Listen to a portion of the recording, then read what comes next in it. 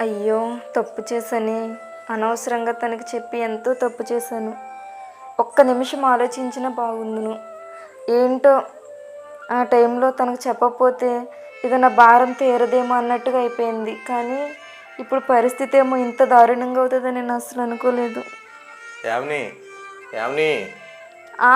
చెప్పండి. ఏంటి ఏమైంది బాధపడుతున్నావు ఏడుస్తున్నావు? ఏం లేదండి. ఏం లేదు. ఎందుకు బాధపడుతున్న విషయం చెప్పు ఏమైంది? ఏం లేదండి. చెప్పు అలా ఏం జరిగింది ఏంటి విషయం నాకు చెప్పు. ఏం లేదండి. ఆఫీస్‌లో ఒక చిన్న విషయం జరిగింది.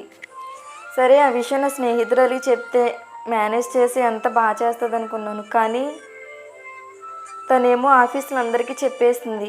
వాళ్ళందరూ నన్ను చాలా హేళన చేస్తున్నారండి. ఆఫీస్‌కి కూడా వెళ్ళాలనిపించట్లేదు.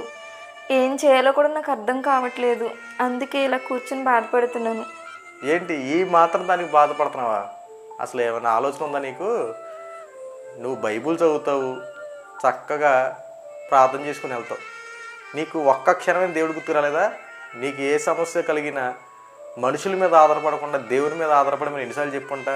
ఈ రోజున మనుషులను నమ్ముకొని నువ్వేం చేసావు నీ యొక్క విషయాలని చెప్పుకున్నావు. చివరాఖరికి ఏమైంది?